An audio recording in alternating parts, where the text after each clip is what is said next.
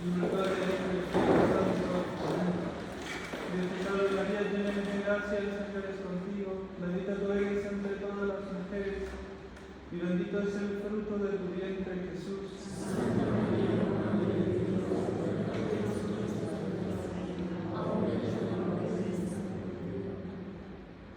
Madre del buen consejo, San Juan Bosco, Santo Tomás de Aquino, por el Padre, el Hijo y el Espíritu Santo. Amén. Tomen asiento. Recuerden que no está el Santísimo, nos falta que esté con mantilla. Lo guardamos en la sacristía para poder hablar con tranquilidad en esta charla. Bueno, vamos a ver en esta charla de educación, en este curso de educación que estamos tratando de seguir, necesitamos ver, en primer lugar, cómo es el mecanismo del hombre, porque si queremos ser mecánicos, eso es un educador, un mecánico del hombre, pues necesitamos primero conocer cómo funciona el mecanismo, necesitamos entender cómo se relacionan unas partes con otras para poder hacer funcionar, para hacer andar al hombre. Y vamos a verlo, primero pues las distintas potencias, vamos a explicar un poquito qué es cada potencia, vamos a explicar después cómo funcionaban ordenadas antes del pecado original, Adán y Eva en el paraíso terrenal, el hombre perfecto, lo que se llama normalmente la justicia original.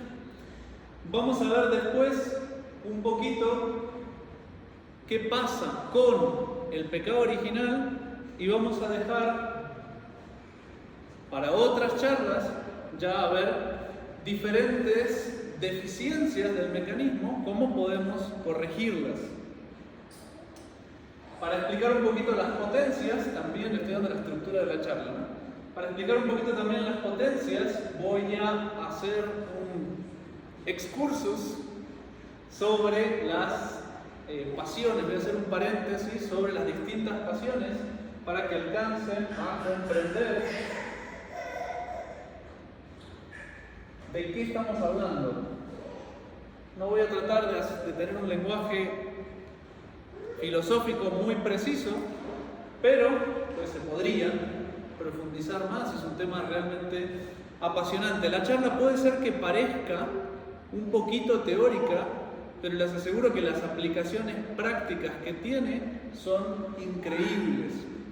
De hecho, vamos a ver, si Dios quiere, no sé si inmediatamente la próxima clase, pero vamos a empezar a ver después los temperamentos, que son, digo yo, diferentes fallas en el mecanismo para poder ver cómo se corrigen esas fallas, que en el fondo es cómo se educan determinados temperamentos, determinados modos de relacionarse estas cosas. Si entendemos bien esto, nos va a ser muy fácil también entender qué es la santidad, qué es lo que Dios nos pide, cómo debería funcionar ordenadamente nuestro mecanismo, nuestra psicología, nuestra naturaleza, y vamos a poder también entender bastante fácil cómo hacer andar así el mecanismo de nuestros hijos, de nuestros alumnos o de cualquier persona que esté bajo nuestro cargo en la educación.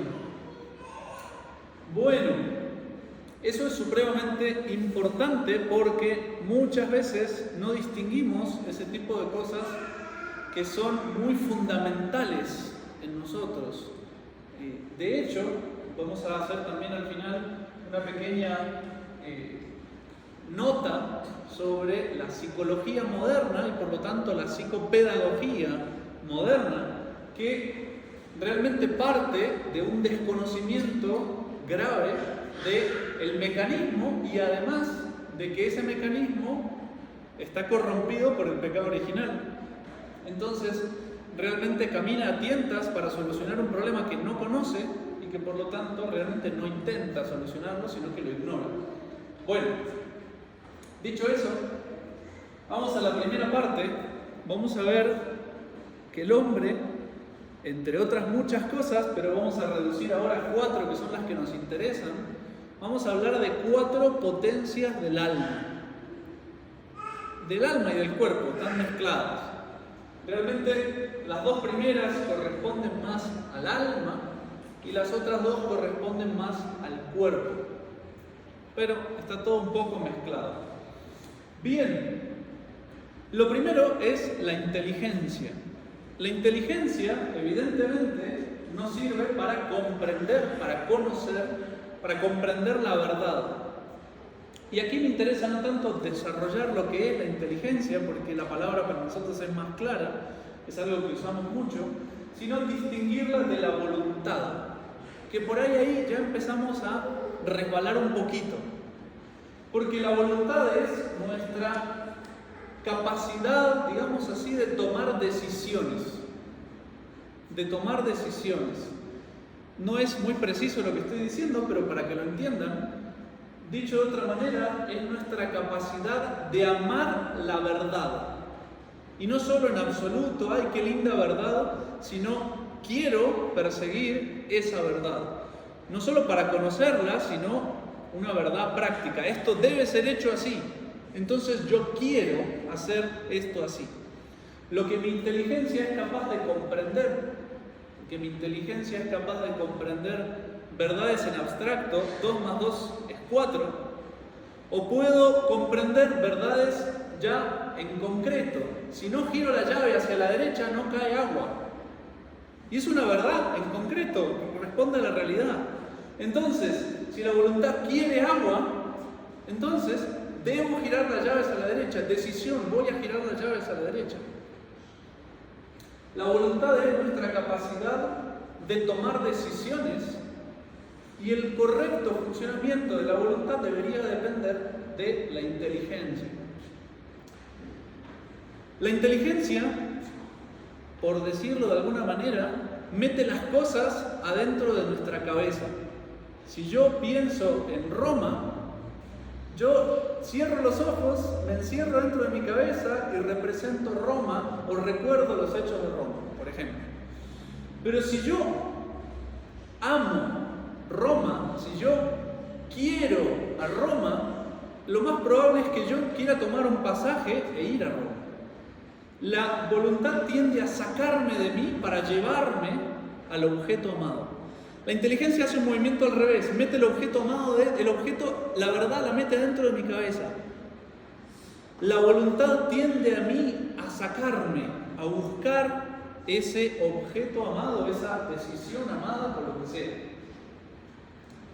Entonces la inteligencia es un modo de conocimiento, la voluntad es un modo de amor. Es un amor intelectual, es un amor a verdades intelectuales. Pero quédense con esta idea que la voluntad es la capacidad de tomar decisiones. Por ahora quédense con eso. Bien, los otros dos que siguen, las otras dos potencias que siguen, son el irascible y el concupiscible. No lo confundan con la concupiscencia, que no es lo mismo. La concupiscencia es una deformación, que vamos a ver después, por el pecado original del concupiscible.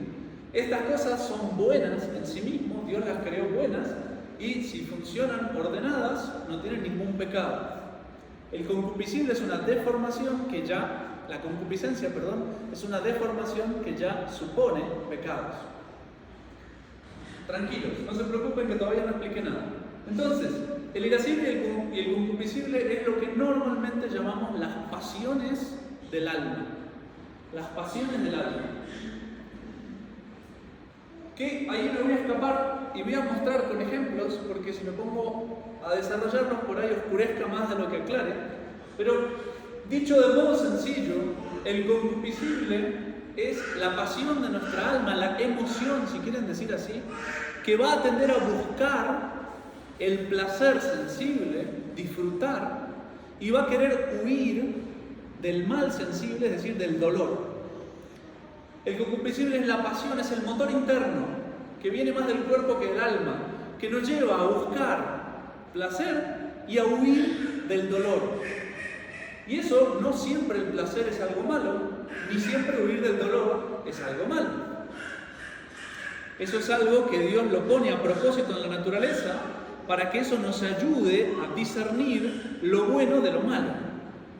En una naturaleza ordenada, nos tendría que ayudar el placer, por ejemplo, a alimentarnos bien. Si uno no sintiera ningún placer en la comida, quizás uno no tendría nunca ganas de comer. Y no solo eso, sino que si ustedes se fijan, cuando uno está, por ejemplo, bajo de azúcar, uno cierra los ojos y piensa en algo dulce. Es esa pasión interna, la química interna del cuerpo, digamos así, que me empuja a eso que necesito. Me va a facilitar ese placer, me va a facilitar algo que yo necesito. Esa es la idea por la cual Dios la pone. El placer termina siendo un medio intuitivo para alcanzar un bien. Lo mismo con la sed. Estoy muerto de sed, aunque yo no reflexione, automáticamente veo una publicidad de Coca-Cola y se me derrite así de fría, sudando. Bueno, si les gusta la Coca-Cola. El placer es un medio que Dios pone para hacerme encontrar de modo intuitivo un bien o para huir de modo intuitivo de un mal. Porque, por ejemplo, el dolor, no sé, yo toco una estufa que está súper caliente y en cuanto siento el dolor, saco la mano. Me quemé. Cuando siento el dolor, saco la mano. Si yo no sintiera dolor, quizás tendría que esperar a que se chamusque la mano y decir, oiga, es como que eso me hace mal, ¿no? Perdí la mano. De hecho, hay una enfermedad que no sienten dolor, no me acuerdo cómo se llama, por ahí hay algún médico, por ahí, no sé. Hay una enfermedad que no sienten dolor y es súper peligroso porque se pueden quebrar huesos, se pueden quemar, se pueden pinchar y hacerse un daño súper grave sin darse cuenta. Bueno, el dolor es un medio que Dios pone para huir intuitivamente de los males. Bien, eso es el concupiscible, nos empuja a un bien a través del placer y nos hace huir de un mal inmediato, o de un placer inmediato, de un mal inmediato, nos hace huir por el dolor. Bien, el apetito irascible va a tener como objeto, y esto quizás no lo entienden tanto y por eso voy después a las pasiones, el apetito irascible va a tener como objeto el bien difícil de alcanzar o el mal difícil de evitar. El concupiscible está buscando un placer inmediato para alcanzarlo o está huyendo de un dolor inmediato. Pero el irascible va a buscar un bien como difícil, lejano, o un mal que quiere apartar, que está lejos o está cerca, pero quiere apartar, pero que es difícil de apartar y que toca juntar energía para chocar contra eso. Vamos a ver las pasiones y se va a entender un poco más esto que quiere decir. Empecemos con el concupiscible. El concupiscible va a generar 6 pasiones distintas, según cuál sea el objeto al que se meta. Si tenemos la idea de algo bueno, ante la idea de algo bueno, algo que me pueda producir placer, ante la idea en general, en abstracto, el concupiscible va a sentir una especie de amor. Y amor, no se imaginen el amor, digamos así, intelectual o el amor. Es una cuestión muy genérica la palabra amor. Si yo pienso en comida, puedo sentir, no sé, una comida que me guste mucho. Se reían el otro día porque en el sermón dije churrasco con papas fritas. Por ejemplo, pienso en churrasco con papas fritas y siento amor. Bueno, es un amor muy general. La palabra amor, quiero decir, es muy amplia. O pienso en una persona que quiero mucho, mi mamá o quien sea, y siento amor. Bien. Es un sentimiento, estoy hablando del amor como sentimiento, no como decisión intelectual, no como la voluntad, sino el amor como sentimiento que tiene objetos sensibles, cosas palpables, cosas que me producen placer sensible. Bien, ante la idea de un bien yo siento amor. Ante la idea de un mal, algo que no me gusta, Mafalda pensaría en la sopa, odio. Uno siente ante la idea en general, en abstracto, uno siente odio. A Mafalda no le gustaba la sopa, por si no se veía. Así que se asoma una vez a la playa y ve el océano y vuelve a la casa así con ganas de vomitar y dice: ¿qué pasó? ¿Te mareaste? No, me imaginé que el océano era sopa. Bueno, ante la idea de un mal, uno siente odio. Bien, ahora si pasamos a un mal o un bien concretos, que serían estas dos que siguen, ya es algo concreto, y esta es la idea, pues es algo abstracto.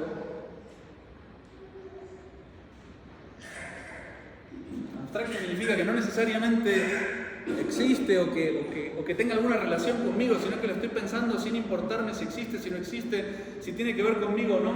Pero ya concreto tiene que ver conmigo de alguna manera, o puede tener que ver, ya de alguna manera existe o puede existir para mí. Entonces, si pensamos en un bien concreto que yo todavía no tengo, que está ausente, un bien que yo no tengo, que está ausente, pues yo voy a empezar a sentir deseo de ese bien. Es decir, me voy a empezar a mover para alcanzarlo, al menos con el deseo, al menos con el deseo. Y si lo que yo pienso es en un mal que podría de alguna manera venirme, pues yo lo que voy a sentir es aversión. No me digas que hoy vamos a comer sopa. Está como que va a venir, es un mal, no me gusta, no lo disfruto, y yo tiendo a rechazarlo. Si es un bien que puede venir, que está ausente, pero puede venir, entonces yo voy a sentir deseo. Si es algo que ya no es que puede venir, sino que está, un bien que está presente, que lo alcancé o que me llegó un bien, lo que yo empiezo a sentir es alegría o gozo. Alegría o gozo. Y si lo que me llegó es un mal, lo que yo empiezo a sentir es tristeza. Fíjense que es muy intuitivo. O sea, si el bien está ausente, lo deseo; si está presente, lo disfruto. Si el mal está ausente, tengo como aversión, pero si me llega, empiezo a sentir tristeza. Ante la pura idea de un bien, yo siento amor; ante la pura idea de un mal, yo siento odio. ¿Se entiende? Bien. Eso es el apetito concupiscible, que es una especie de motor que nos lleva a bienes sensibles o nos aparta de males sensibles. ¿Sí? Bien. Ahora, el irascible va a tener como objeto, decíamos, o el bien arduo, va a buscar un bien que es difícil de alcanzar y que toca hacerse fuerza para alcanzarlo, o va a apartarse de un mal que toca hacer fuerza para apartarse. El irascible va a tener realmente 5 pasiones, porque la sexta se repite con el concupiscible. Y ese bien o ese mal, las primeras 2 pasiones, si ese bien difícil de alcanzar, yo lo miro y digo, mido mis fuerzas y digo, sí, yo puedo alcanzarlo, entonces voy a empezar a sentir esperanza. Y fíjense que pueden trabajar al mismo tiempo la esperanza de que yo puedo alcanzarlo y voy a luchar para hacerlo, con el deseo. De hecho, un poquito, el primer motor va a ser el deseo de ese bien difícil, pero para moverme a hacerlo, necesito tener esperanza de que lo puedo alcanzar, porque si no, no me voy a mover. Si yo ese bien siento que con mis fuerzas es imposible de alcanzarlo, lo deseo, pero es imposible de alcanzarlo, se me va a producir la desesperación o la desesperanza. Es como que siento que no soy capaz, o no puedo, o no me va a venir, o las circunstancias no se van a dar, es imposible. Desánimo. De hecho, pues haciendo un paréntesis, hay temperamentos que están caracterizados por esto. El temperamento melancólico va a estar caracterizado por una especie de autoconvencimiento de que no soy capaz de alcanzar determinadas cosas. Por ejemplo, no soy capaz de llevar relaciones sociales, siempre la arruino, siempre no puedo, eso no es para mí, eso me encierro y me quedo ahí adentro. Y entonces viven en una especie de desesperación y como ese mal está siempre presente, tiene una especie de tristeza. Por eso se llama temperamento melancólico. Bueno, paréntesis. Entonces, repito, si ese bien difícil de alcanzar, que ya deseo por el concupiscible, me muevo y digo, sí, lo puedo alcanzar, siento que es posible, entonces voy a tener esperanza, y si siento que es imposible, voy a empezar a sentir una especie de desesperación, o de desesperanza, o de desánimo, si quieren. Bien, y frente a un mal, esto frente a un bien, y estos dos son frente a males. Frente a un mal que no está presente, sino que está futuro, que me puede venir, yo puedo tener dos actitudes distintas. O siento y me esfuerzo y digo, no, yo puedo superar ese mal, y entonces voy a sentir la pasión de la audacia, es decir, me voy a mover a luchar en un futuro contra eso. Eso es la audacia, y la audacia es buena, si está ordenada, es buena. Y si ese mal futuro que me va a venir, yo siento que no lo puedo superar, entonces voy a empezar a sentir temor. Y se excluyen, no puedo sentir audacia y temor a la vez. Si realmente me muevo, pues ya siento como una especie de rabia y voy. Y si siento temor, es como que suelto las armas y no voy a combatir. Es un mal futuro, ¿lo considero superable o no? ¿Estoy dispuesto a luchar y creo que puedo luchar y vencerlo o no? Bueno, y frente a un mal presente que ya me llegó, yo tengo dos actitudes. O la actitud del concupiscible, que es la tristeza, es un mal presente que ya no lo puedo sacar. O me alzo contra ese mal y digo, no, voy a luchar, acá y ahora voy a luchar. Y eso es la ira. La ira es combatir contra un mal presente.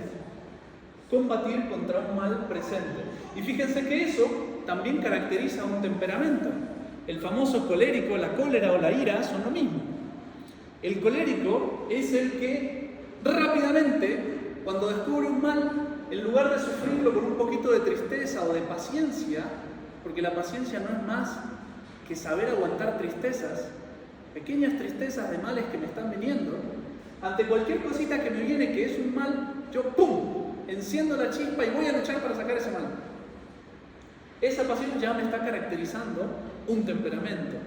Bueno, ¿se entienden entonces qué son esas pasiones? Bueno, el motor de esas pasiones son estas dos potencias. Ahí tenemos entonces 6 pasiones del concupiscible: amor, odio, deseo, aversión, gozo y tristeza, y 5 pasiones del irascible, porque repito, la tristeza ya está repetida en el otro: esperanza, desesperación, audacia, temor o ira. La ira, hago simplemente la aclaración, no necesariamente es lo que nosotros entendemos por ira, sino que también va a ser, tiene dos caras: la capacidad de atacar y la capacidad de soportar. Digo, bueno, es un mal, está presente, pero me lo voy a aguantar. Entonces eso es la capacidad, por ejemplo, que van a tener los mártires, por decir algo. Es un modo de ira, entre comillas, bueno, no entre comillas, sino que cuidado con el lenguaje coloquial, estoy hablando acá el lenguaje propio. Es un modo de ira que no va a atacar como un soldado, sino que va a hacer decir, me voy a aguantar esto porque conviene aguantármelo y porque tengo fortaleza suficiente para hacerlo. De hecho, la virtud que se va a poner para moderar y enderezar la ira es la fortaleza. La virtud de la fortaleza. Bueno, dicho eso, es muy interesante ponerlo en imágenes, porque a veces el lenguaje así muy específico no lo terminamos de ver tan claro. A mí me gusta mucho la imagen de los Reyes Magos para explicar esto. Por eso hice un dibujo magistral, una obra de la cual Picasso estaría celoso. Tuve que mirar cómo era un camello, porque nunca había dibujado un camello, pero en fin. Entonces, ¿Cómo debería funcionar nuestro mecanismo, la relación entre estas partes? Digamos que la inteligencia es la que tiene el GPS, es la que me va diciendo a dónde tengo que ir y cómo tengo que moverme. La voluntad es la que debería tener las riendas, la que tiene, de hecho, las riendas. Y debería, si el GPS dice gira a la derecha, giro el camello a la derecha. Si dice gira a la izquierda, giro a la izquierda. Y voy llevando al fin que estoy persiguiendo, porque la inteligencia es la única que es capaz de ver qué fin persigo y cuáles son los medios que me llevan a ese fin. Si quiero ir a Roma, la inteligencia tiene que ser capaz de entender que no puedo ir caminando, porque hay un océano de por medio, a menos que sea capaz de caminar sobre las aguas. La inteligencia tiene que decir, bueno, necesito un barco o un avión o un bote o algo que pase por las aguas. Y después de ahí ver qué es lo que funciona mejor y elegir el mejor medio y mostrárselo a la voluntad y le digo, mire, usted quiere a Roma, por acá se va, ¿quiere o no quiere?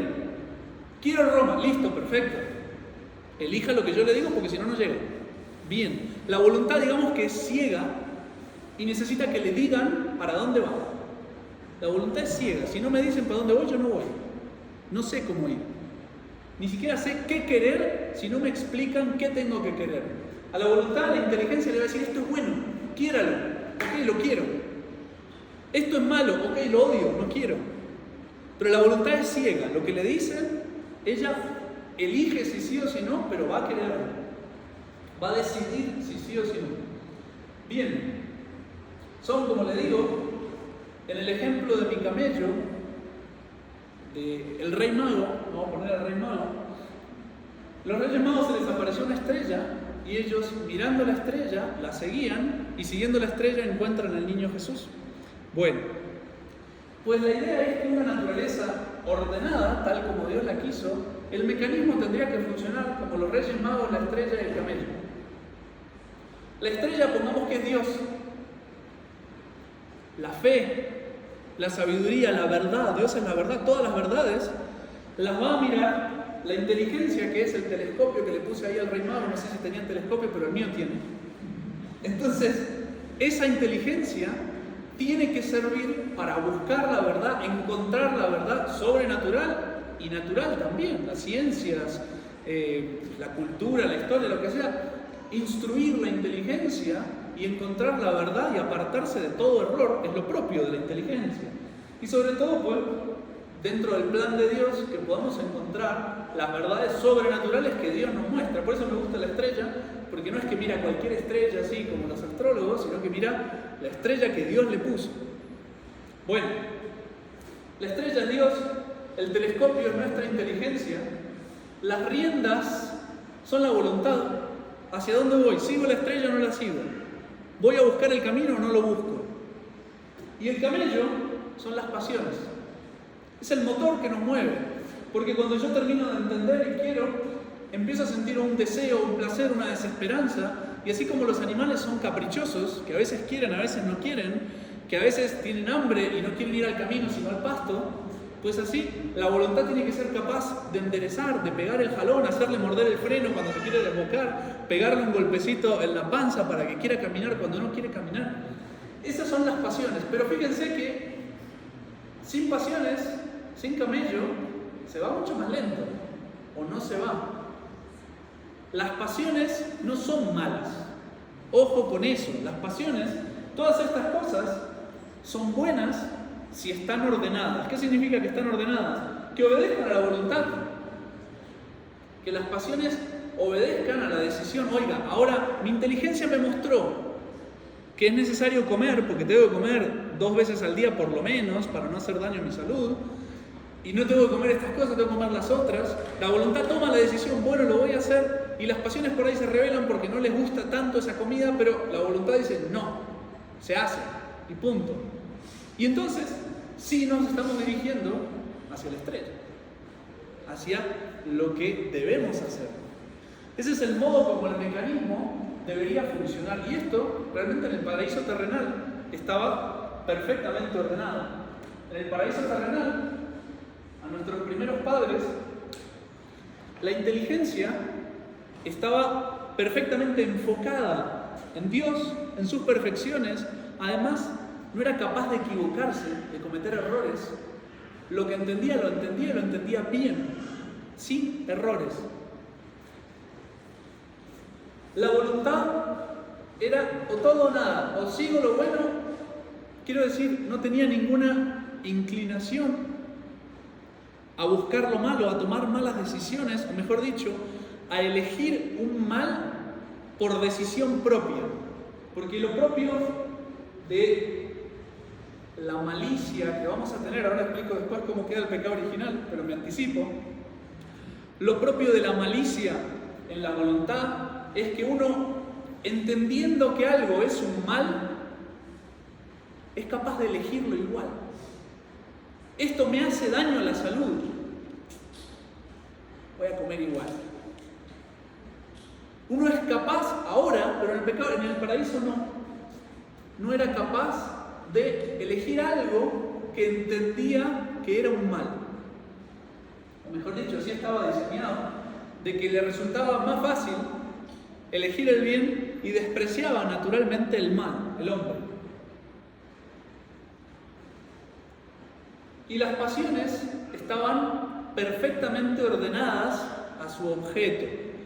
¿Qué quiere decir? O mejor, voy a dar vuelta a la charla y voy a empezar por el pecado original y después les explico lo que no pasaba en el paraíso. De hecho, lo que nos pasa a nosotros en la inteligencia es que somos súper capaces de equivocarnos. Y sacamos conclusiones que no son lógicas, conclusiones que no están demostradas. Aceptamos cosas que son falsas como verdades. Nos cansamos en la búsqueda de la verdad, no tenemos ganas a veces de buscar la verdad. Todo eso es una deficiencia de nuestra inteligencia que quedó herida por el pecado original. Eso en el paraíso terrenal no pasaba. No pasaba. La inteligencia buscaba su objeto como si nada, sin cansancio, sin angustia. Buscaba su objeto con perfección, sacaba las conclusiones lógicas y no se excedía un poco más, un poco menos. Una imprecisión, no, lo que está demostrado, lo que no, lo que se puede afirmar como seguro, lo que probable, como probable, lo que posible, como posible, y lo que no sé, como sospechoso. Pero el juicio sobre la realidad, sobre las cosas, sobre la verdad, era un juicio exacto. Nosotros podemos tener cantidades de errores por todas partes. Nuestra inteligencia es capaz de mirar un error y creer que es verdad. Eso es culpa del pecado original. Eso viene del pecado original. Lo mismo en la voluntad, como les decía, el pecado original nos pone, pero voy a anotar, así ya les queda, que la herida que queda del pecado original en la inteligencia, en la ignorancia,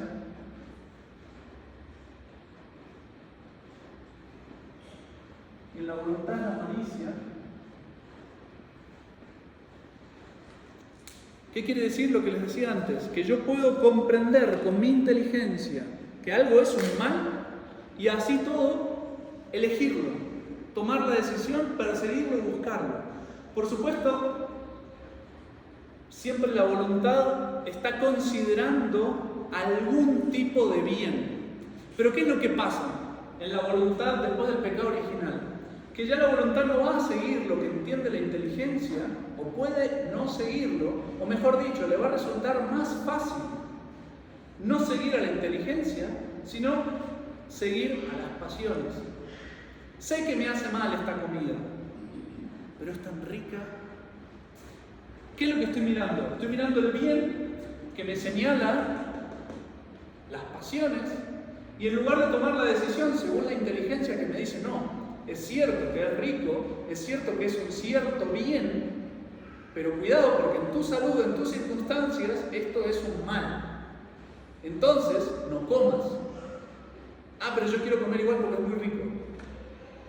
¿Qué pasa? Eso pasa por el pecado original, la voluntad empieza a seguir más a las pasiones. En lugar de mirar a dónde tengo que ir, me fijo a dónde quiere ir el camello. El camello quiere ir al pasto, pero tengo que ir para allá. Bueno, vamos al pasto, rico el pasto. Eso es la malicia en la voluntad. Soy capaz de elegir algo que la inteligencia me presenta como mal Porque las pasiones me lo presentan como un bien, lo disfruto como un bien. Bien, y no solo eso, sino que las mismas pasiones van a quedar muy desordenadas. Van a quedar o con una tendencia, por ejemplo, en el irascible se dice aquí normalmente, se habla que la herida del pecado original, del irascible, es la debilidad. Pero esa debilidad puede ser por poquito o por demasiado. Puede ser por exceso o por defecto. Debilidad no tomen la palabra según el sentido normal, sino entiéndanla como una pasión que no funciona como debe funcionar. Una estufa que de repente calienta muy poco o que de repente me quema la comida porque no logro regularla. El irascible, por ejemplo, frente a un mal futuro, puede considerar que un mal es superable, entonces yo estoy solo y me siento Rambo contra un ejército de 5.000 personas y entonces tengo ganas de luchar contra eso. Y eso sería un defecto en el irascible, porque si yo evaluara bien las cosas, tendría que darme cuenta que yo solo contra 5.000 no puedo. Y lo que tendría que hacer es sentir temor y huir de un mal que no puedo superar. Pero el irascible, con esa herida, puede creer, por ejemplo, en algunos temperamentos, en algunas personas especialmente, que todo es superable y que todo puede ponerse contra todo y que puede luchar y que va a hacerlo. Y eso es un defecto que se llama temeridad. Porque a veces hay males que es virtuoso temerlos. Si no son superables, está muy bien sentir temor a ciertos males. Y lo normal y lo correcto sería, si estuviera funcionando bien el irascible, que yo sintiera temor y me escapara. Bien, o al revés, hay males que son superables, viene una arañita que ni siquiera tiene veneno, y yo me tiro abajo de la cama, me tapo la cabeza así y digo, ¡ay, socorro, una araña, por favor, sálvenme! Y eso es un defecto del irascible. Porque si yo entiendo que es un mal superable, tendría que ser capaz de moverme a superarlo. Oiga, haga así y ya. Y si no lo hace, no tiene veneno, aunque le camine por todo el cuerpo no le va a hacer nada. Y si le pica le va a hacer una ronchita, bueno. Si me dicen que es una tarántula que los pica y los mata, bueno, piénsenlo más, hay algo más que temer. Pero lo que quiero decir es que esta debilidad es un mecanismo que funciona mal dentro de estas pasiones. O no se teme lo que hay que temer, o se teme lo que no hay que temer. O lo que debería aguantármelo, un mal que debería aguantármelo porque es conveniente aguantarlo en este momento. Por ejemplo, algo concreto, bajémonos a casos concretos. Estoy en la venta de una casa y tengo el comprador, nos juntamos a almorzar para firmar el contrato. Y me causa tanta rabia que la persona que tengo delante tiene mal aliento. ¿Cómo puede ser que venga la compra de una casa con mal aliento? Y si yo pienso con mi cabeza, digo, oiga, no se vaya a pelear con el Señor por el tema del mal aliento, porque pierde la venta de la casa. Pero podría ser que eso me ponga de tan mal humor, me levante la ira, que yo agarre y le cante las 40, pero ¿sabes qué? Váyase, voy a comprar la casa al lado. ¿Qué pasa? Que la ira, en lugar de decir, mejor me aguanto estas pequeñas cositas, dijo, ataquemos, luchemos, esto no puede ser, hay un mal, hay que vencerlo, hay que desaparecerlo. Y eso es desordenado. Y eso nos puede pasar precisamente por defecto del pecado original, o al revés. Hay cosas, y eso le puede pasar a un papá, tranquilamente, a una mamá.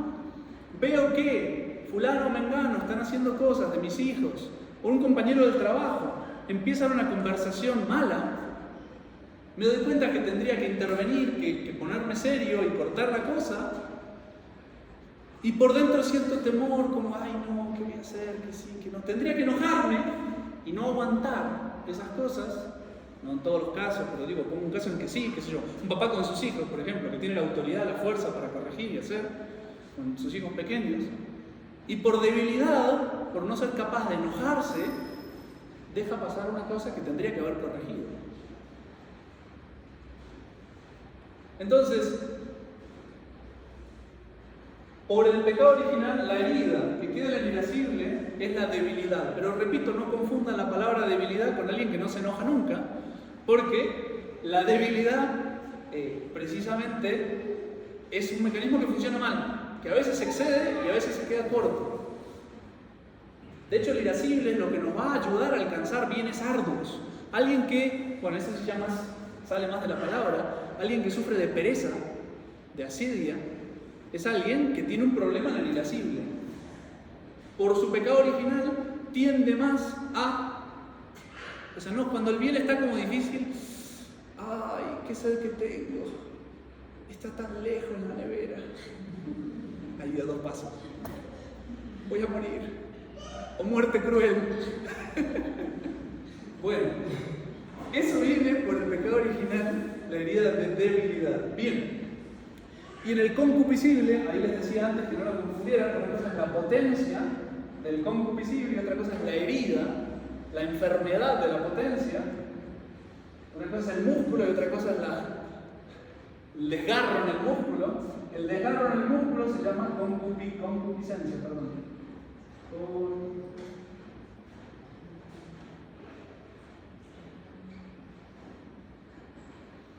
concupiscencia. El concupiscible, repitamos, servía justamente para buscar placeres, o mejor dicho, para buscar un bien usando como medio el placer, es decir, lo que a mí me produce placer es un modo intuitivo de encontrar un bien. Si eso estuviera ordenado, digamos así, que fácilmente uno podría distinguir, como les digo, ¿no? Uno puede sentir mucho hambre de algo muy rico, pero que mi inteligencia me dice, ojo, porque eso le va a hacer daño a la salud. Si usted come eso y ya viene comiendo todos los días dulce, le va a agarrar un pico glucémico si sigue comiendo dulce. Por decir algo. La inteligencia lo ve, el concupiscible, si estuviera ordenado, tendría que decir, entonces lo dejo, no quiero. Después del pecado original, el concupiscible se pone caprichosísimo y dice, quiero, y si no le doy pataleo y se tira al piso y dice, déjame, no, quiero, dulce. O al revés, no quiero, que hay un montón de cosas que me quieren ofrecer que a mí no me gustan, entiendo con mi inteligencia que son buenas, pero pataleo que no las quiero, que voy a luchar que no las quiero. La concupiscencia es un desorden, porque ya lo que va a hacer el concupiscible bien ordenado en Adán y Eva, en nuestros primeros padres o en los santos, me va a hacer sentir placer por los verdaderos bienes, sensibles, pero que son verdaderos bienes. Voy a sentir hambre cuando realmente tengo que comer, voy a sentir satisfacción y no quiero comer una cierta aversión a la comida cuando ya comí lo suficiente, o voy a sentir sueño cuando realmente conviene descansar y voy a dejar el sueño cuando ya conviene levantarme y trabajar, que ya reparé mi fuerza. Así debería funcionar el concupiscible. ¿Qué pasa ahora? Y que yo ya dormí lo suficiente, pero quiero seguir durmiendo. Yo tendría que acostarme a dormir porque estoy muy cansado y prefiero quedarme con el teléfono un rato más y no sé qué, y la hora pasa, y al día siguiente, como dice la invitación de Cristo, noches alegres, mañanas tristes. Ay. Bueno, pero yo no sabía, yo no entendía, pero ¿qué pasó? Esta herida, la concupiscencia, me arrastra a un placer que en realidad me hace daño, o me aparta de un dolor que me haría un bien. Porque, por ejemplo, una medicina, le pasa mucho a los niños, le van a la cuchara con la medicina y sabe horrible, porque una buena medicina que se precie tiene que saber bien feo, gusto horrible. Y entonces el niño, que además tiene el paladar como sin estrenar y siente más fuerte todos los sabores, entonces le van a dar la cuchara y dice, pero sí, te va a hacer bien, eso te conviene. No, ya me siento mejor, ya estoy bien, ya me curé.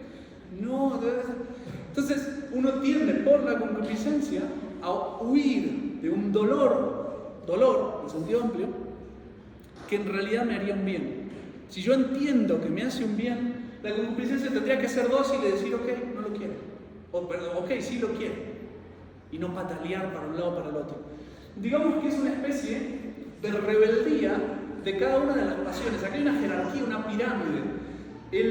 Estas dos, las pasiones, deberían estar sometidas a la voluntad. la voluntad debería estar sometida a la inteligencia y la inteligencia debería estar sometida a Dios, que es la verdad. ¿Qué pasa? Con el pecado original, la inteligencia se desprende un poco de Dios y de la verdad, la voluntad se desprende un poco de la inteligencia y sigue las pasiones, y las pasiones hacen cada una la que se le canta. Son caprichosas y lo que quiero, quiero, y no me importa el resto, no me importa si le hago daño a todos los demás, yo quiero o yo no quiero. ¿Se entiende? ¿Me siguen? ¿Hasta aquí hay alguna pregunta?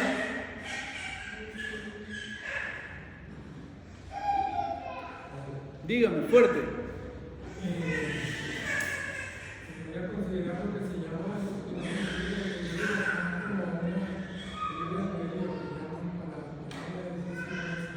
¿Qué sería ¿a qué corresponde el libre albedrío en esto? Ok, el libre albedrío es el correcto funcionamiento de estas dos potencias juntas. Yo tengo libre albedrío si tengo capacidad para encontrar la verdad y el bien, y tengo la libertad para perseguir esa verdad y ese bien. Entonces, ese libre albedrío nace necesariamente de la inteligencia y de la voluntad, y es cuando hablo de libertad, cuando hablo de libre albedrío, no sé si complico las cosas, pero cuando hablo de libre albedrío, estoy hablando de mi capacidad para hacerlo. Y cuando hablo de libertad, estoy hablando de que ya lo hice en acto, lo estoy haciendo. No es lo mismo tener un músculo que ejercitar un músculo.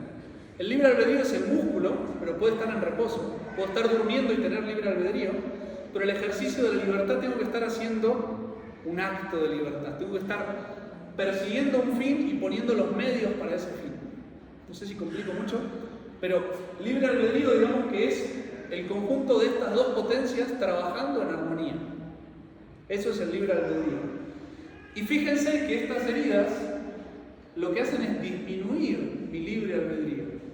Porque en la medida que a mí se me complica encontrar la verdad, empiezo a tener menos libertad.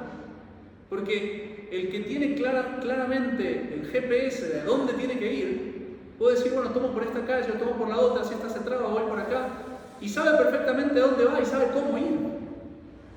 El que ya no tiene el GPS o se le nubla o pierde la señal de a rato o se equivoca y se vuelve loco y le marca otro lugar, empieza a perder su libertad para llegar a donde quería llegar. ¿Se entiende? O lo mismo, el que tenía la voluntad que decía, la voluntad si quieren es el volante del carro, o sea, las riendas si el volante del carro se me empieza a volver loco y yo cuando giro a la derecha, giro a la izquierda, no sé, eso no pasa, pero en fin, o que está la dirección medio suelta y yo me distraigo y se me fue para la derecha, que eso sí pasa. Yo me acuerdo una vez estábamos yendo con el seminario, estábamos yendo de paseo a visitar la Catedral de La Plata, una belleza. Y el bus que nos levantó para llevar, yo me senté adelante, cometí ese error, porque me mareo, y me senté adelante y yo veía que el hombre del bus hacía así. Y el bus iba derecho. Claro, él tenía súper floja la dirección y donde el bus doblaba, él enderezaba y se pasaba, pero tenía un juego como de un cuarto de vuelta. Y yo empecé a pensar, dirección floja, eso se puede soltar, estamos en una autopista, estamos yendo a 80 km/h, es un bus y yo estoy adelante. Yo muero primerito. Pero bueno, la voluntad, digamos así, cuando es débil, cuando es floja, sí, sé perfectamente lo que tengo que hacer, pero es tan difícil hacerlo, y le agarra a uno un desánimo, le coge una... No, pero vamos, yo puedo, y empiezo a hacerlo, y después ya no tengo ganas de seguir, otra vez lo mismo, sigo igual. Fíjense que eso es una disminución de mi libertad, porque es como que si tuviera poca gasolina, como si tuviera poca energía.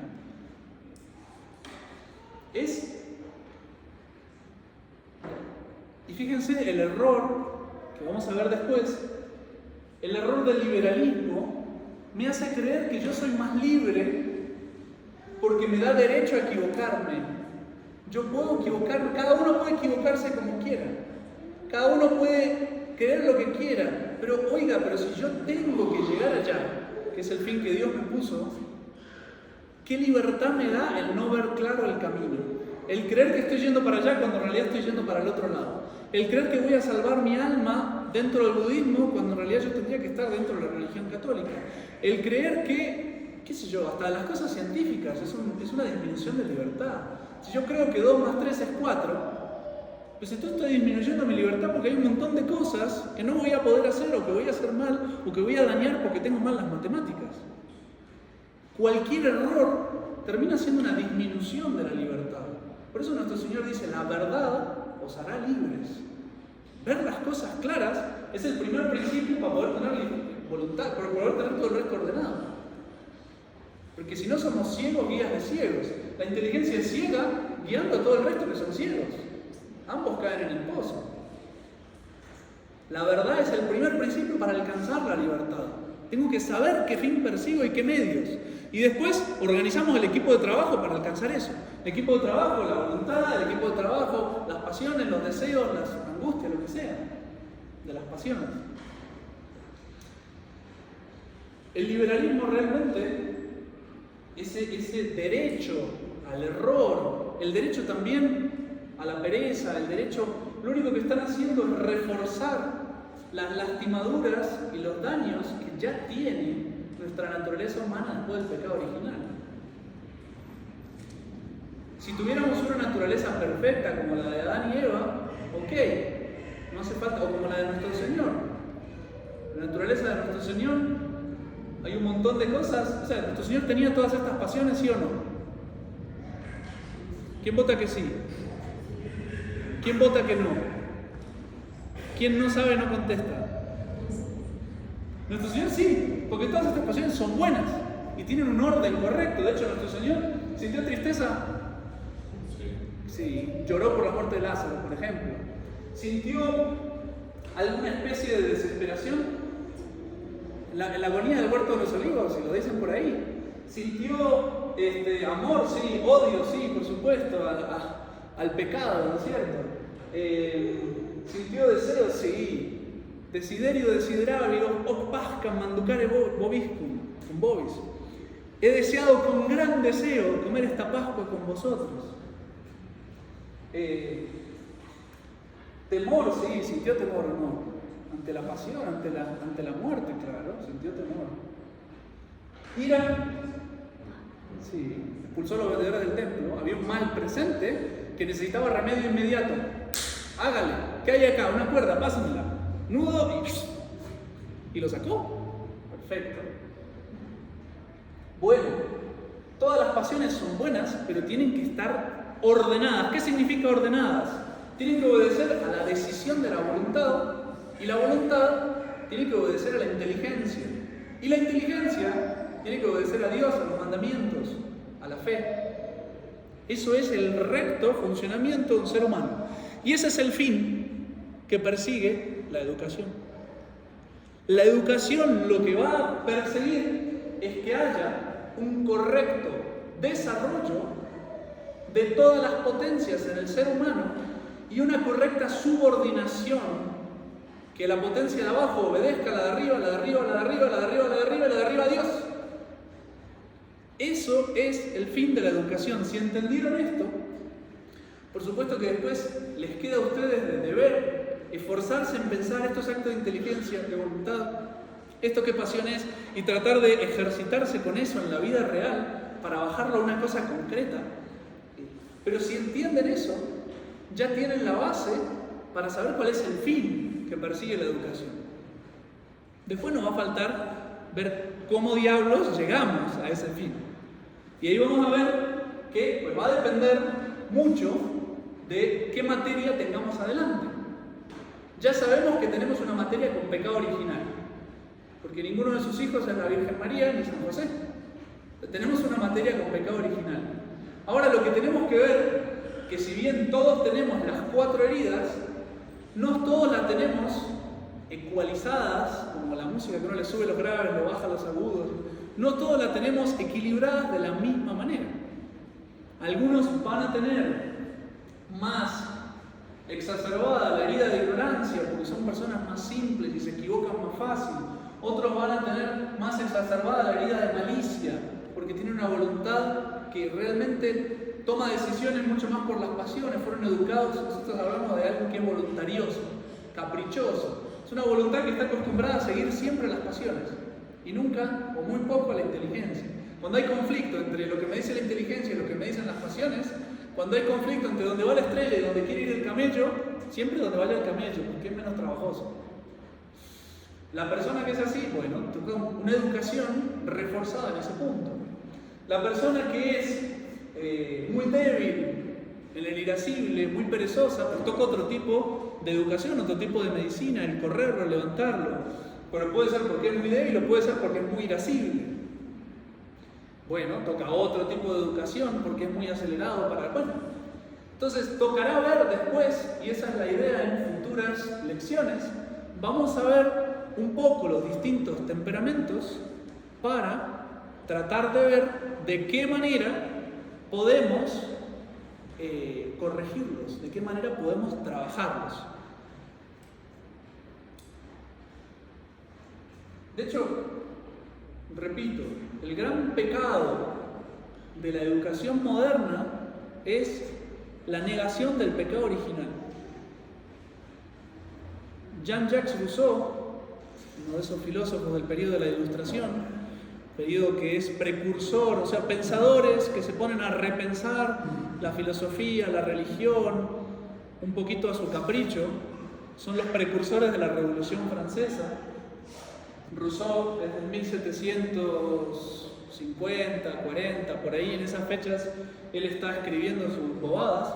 De hecho, terminó loco.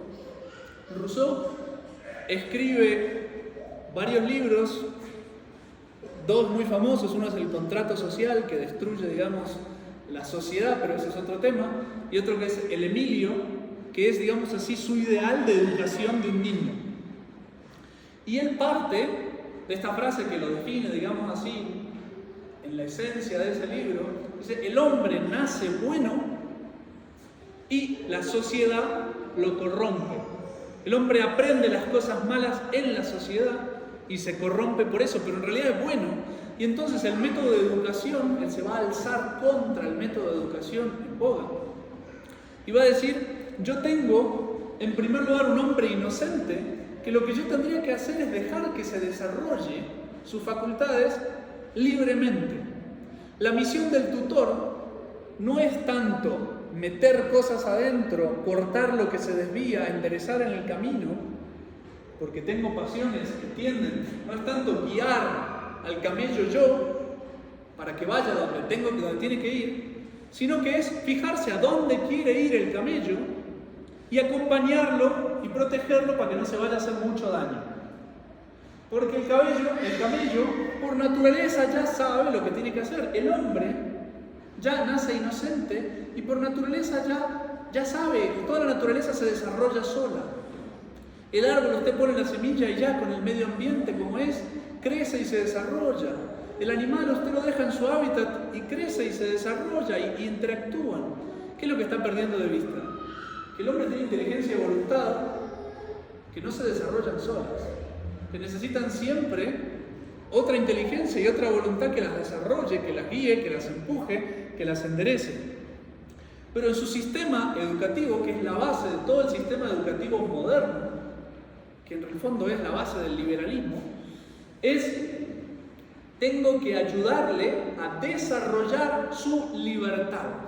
Entendida la palabra libertad como, no, que yo conozca el fin, que tenga los medios, que nadie me impida alcanzar ese fin y esos medios. ¿Eso es lo que entiende por libertad? No. Él entiende por libertad que yo pueda hacer lo que quiera, el bien o el mal, que pueda poner estos medios o algo que no sea medios, que no me lleve al fin. Entonces, ¿qué voy a hacer? Pues no importa si hay una estrella, no importa si hay un telescopio, no importa si hay riendas, lo que importa es dónde quiere ir el camello.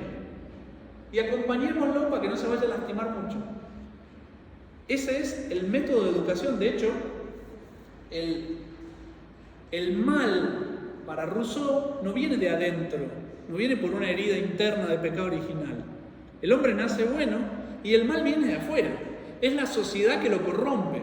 Entonces, para colmo, la idea que tiene Rousseau, que eso sí ya no terminó de aplicarse, pero la idea que tiene Rousseau de cómo proteger al hombre en su inocencia, al niño en su inocencia, es llevarlo al campo, desapegarlo de todo y dejarlo como un buen salvaje. De hecho, burlándose, los tomistas hablan del modelo de Rousseau como el modelo del buen salvaje. ¿Qué hay que hacer? Dejarlo solo, separado del resto, y que crezca silvestre y salvaje. Y eso va a ser lo más de acuerdo a la naturaleza. ¿Eso qué es? Como un animal. Está pensando en el hombre como un animal. Un simple animal que no tiene inteligencia y voluntad, y que entonces lo que tengo que hacer es que siga sus instintos y que no copie costumbres de otros.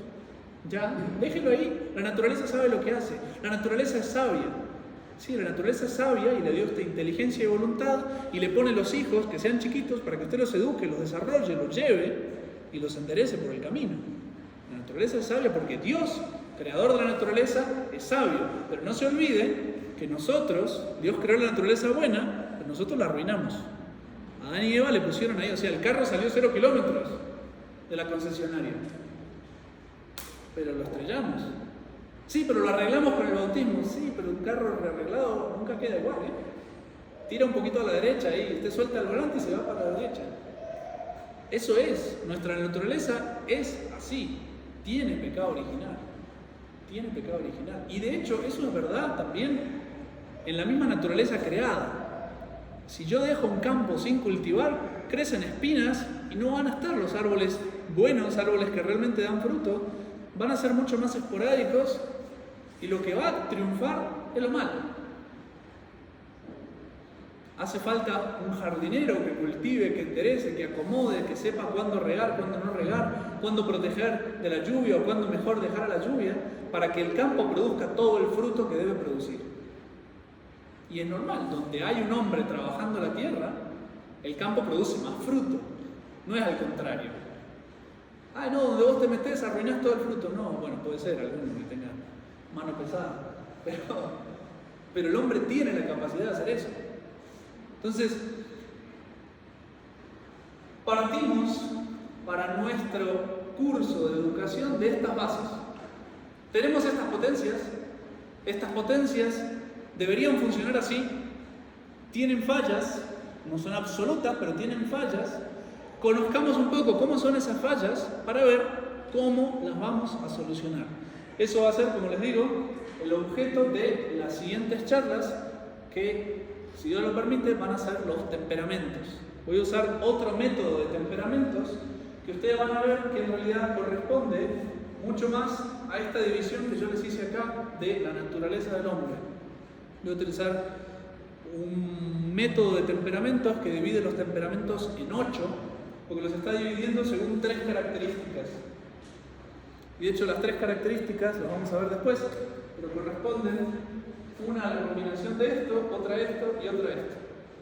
Como cada una de las personas tiene más o menos herida para un lado o para el otro en el concupiscible, más o menos herida en el irascible para un lado o para el otro, y tiene más o menos influencia de su inteligencia y su voluntad, o mejor dicho, la voluntad tiende más a seguir a la inteligencia o menos, o tiende más a seguir a las pasiones.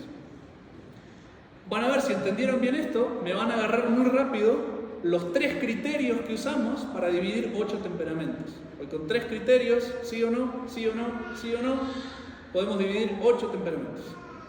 Que ya lo vamos a ver, si Dios quiere, en la próxima clase. Yo creo que en la próxima clase vamos a ver esa introducción a los 3 criterios que dividen los temperamentos. ¿Preguntas? Dígame. Padre, suficiente que la ira tiene 2 caras. La primera, que lo voy a contar como los mártires. ¿Y cuál es la otra? En latín sería el...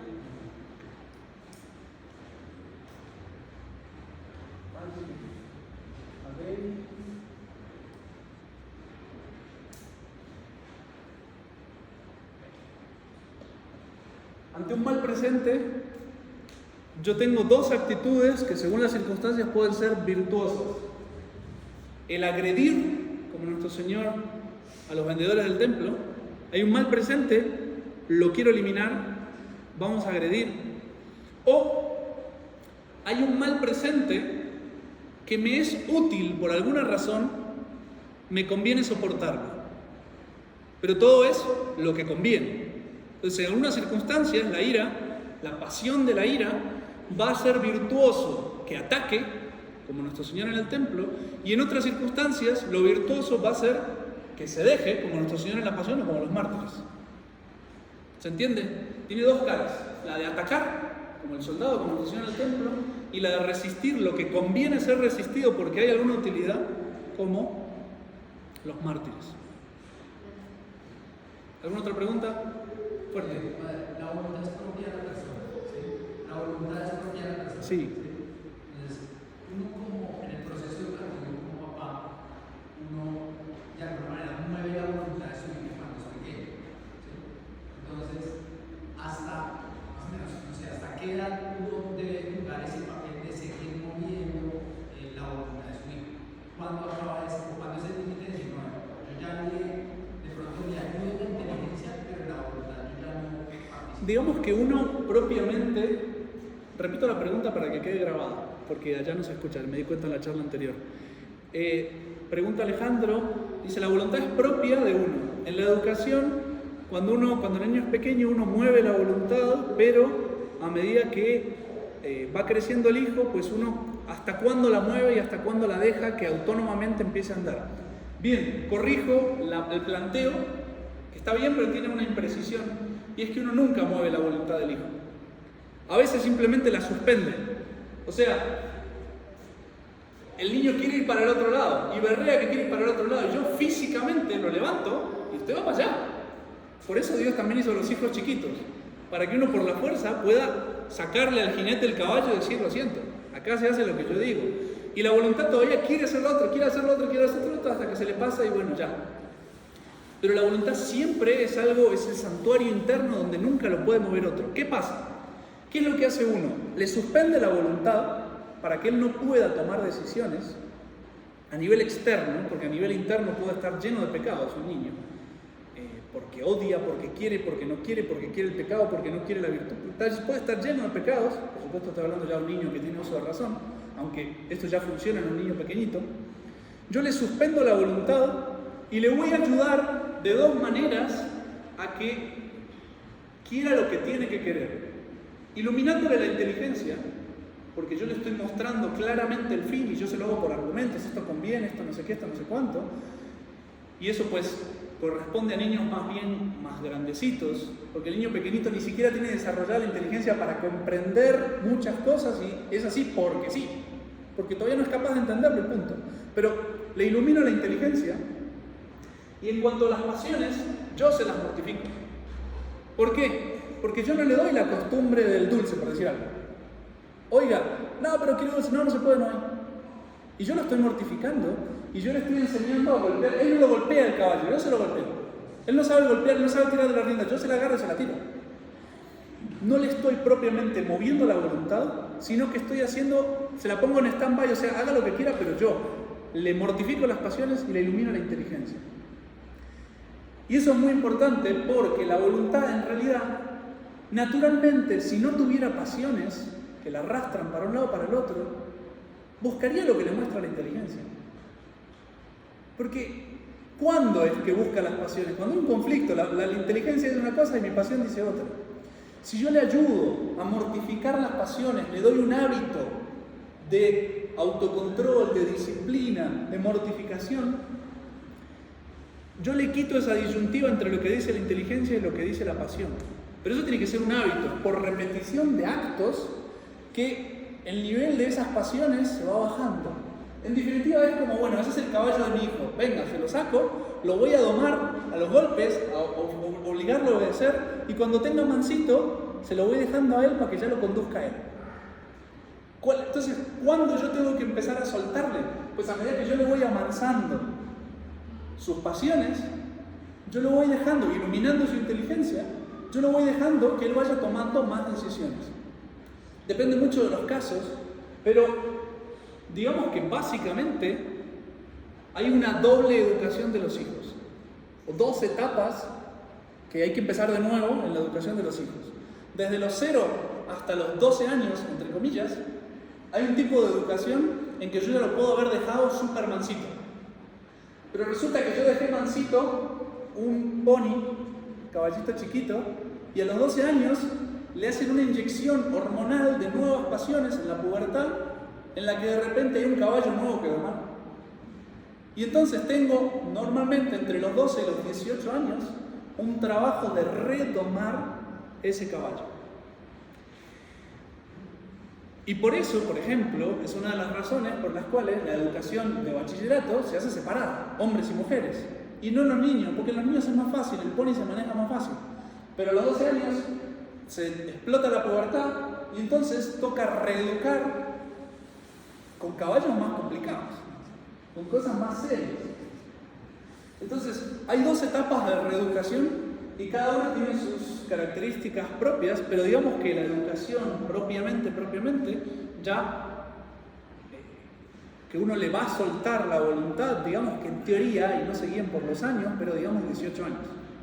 O sea, cuando ya la persona, las mismas pasiones se ablandaron un poco porque pasó esa ebullición química, hormonal, tremenda de la pubertad, ya se calmaron un poco las pasiones a los 18 años y ya hay una costumbre de combate, un aprendizaje en ese combate que hace que ya sea más capaz de gobernarse a sí mismo.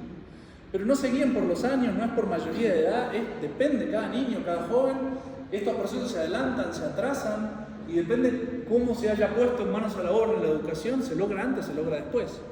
Porque hay niños o niñas, por ejemplo, que a los 15 años tienen un dominio total de sus pasiones y logran ser juiciosas y maduras y logran ver claramente lo que quieren y poner los medios y las pasiones están en su lugar. Entonces uno ya, a una niña que la ve madura, uno habla de la madurez, en realidad es eso, cuanto más maduro lo veo, más le voy soltando para que él mismo gobierne su caballo y al principio como mirando a ver que no se me vaya a caer, a ver un poquito, no se canse, tampoco lo que se sienta que pueda hacer lo que quiera. Y después ya cuando va dando pruebas de confianza, pues uno ya la va soltando y a la larga, en algún momento en la vida le va a tocar solo, así que ahí uno lo suelta. ¿Alguna otra pregunta? Fuerte. Todo esto que usted nos ha dicho son cosas físicas y muy buenas que, digamos, nos ordenan. Pero, digamos, quisiera saber ese complemento, ese granaje y al final la oración, la piedad, cuando estamos nosotros de padres acá, dándole las pautas por venimos acá y decimos, Señor, Sí, de hecho, repito la pregunta para que salga aquí. ¿Qué papel tiene la oración, la piedad en la educación? Tiene un papel fundamental, porque repito, nuestra lucha es contra el pecado original. Y resulta que la naturaleza, si está dañada, solo la puede arreglar el que la fabricó. Es una ilusión, yo creo que lo vamos a ver un poquito, que ya lo mencioné en la clase pasada, es una ilusión creer que se puede educar sin la ayuda de Dios. O sea, es que es imposible, teológicamente es imposible. Porque si pudiéramos educar sin la ayuda sobrenatural de la gracia, de la oración y demás, significaría que podríamos producir un santo sin la ayuda de la gracia. Porque el objetivo de la educación es la santidad. O sea, esto que yo le estoy diciendo no es otra cosa que la santidad. Que mis pasiones obedezcan a la voluntad, que la voluntad es la inteligencia de Dios, eso es un santo. Si no lo habían pensado, eso es un santo. Y esa es la santidad que yo tengo que buscar. Si eso se pudiera lograr sin la gracia, tendríamos un problema complicado, porque ¿para qué bajó Cristo a la tierra? Si el hombre era capaz de ser santo sin la gracia, ¿para qué murió Cristo en la cruz? O sea, lo único que justifica que Dios baja a la tierra y se haga hombre es que si Él no lo hacía, si Él no moría en la cruz, era imposible. Era imposible. Y por eso Dios desde el primer momento de la caída promete un Salvador. ¿Salvador de qué? Del infierno. ¿Y por qué del infierno? Porque no hay manera de ser santo. No se puede ser santo sin la gracia. Es decir, sin la ayuda de nuestro Señor. La gracia tiene un papel absolutamente fundamental en esta medicina para reorganizar el mecanismo. O sea, no se puede. Uno puede lograr determinadas cosas, sí, porque tampoco hay que ser absolutamente pesimista. Una persona sin la gracia puede obtener algunas virtudes, sí, puede obtener muchas virtudes durante un tiempo, sí, pero no puede obtener todas permanentemente, no, imposible. Sin la gracia eso es imposible. ¿Alguna otra pregunta? Nos vamos, rezamos.